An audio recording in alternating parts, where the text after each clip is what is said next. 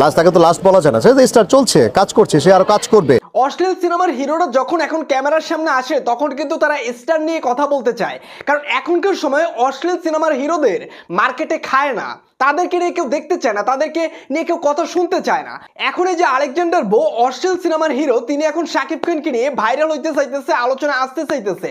দেখেন এখানে তিনি বলে যে শাকিব খানকে লাস্ট সুপারস্টার বলা যাবে না, কারণ তার কোন বাপ জানি আছে তিনি সেকেন্ড সুপারস্টার হবে। শাকিব খান এই সময় সব থেকে জনপ্রিয় নায়ক, আপনাদের মতো হিরোদের কিন্তু এখন আর কেউ গোনে না, কারণ আপনারা অশ্লীল সিনেমা করে সিনেমা ইন্ডাস্ট্রিটাকে নষ্ট করে দিয়েছেন। সেই ইন্ডাস্ট্রি যখন শাকিব খান ধরে ঘুরে দাঁড়ানোর চেষ্টা করতেছে, তখন আপনাদের মতো কিছু হিরোরা এসে শাকিব খানকে পিছ থেকে টানে, কিন্তু আপনারা টেনে কি শাকিব খানকে নিচে নামাতে পারবেন? কারণ শাকিব খান অনেক উপরে উঠে গেছে। দেখেন আপনি একজন সিনিয়র অভিনেতা, সিনিয়র নায়ক, সেখানে একজন জুনিয়র হিরো শাকিব খানকে নিয়ে আপনার এখন কথা বলতে হচ্ছে, পুরো ইন্টারভিউ জুড়েই শাকিব খানকে নিয়ে আপনি কথা বললেন।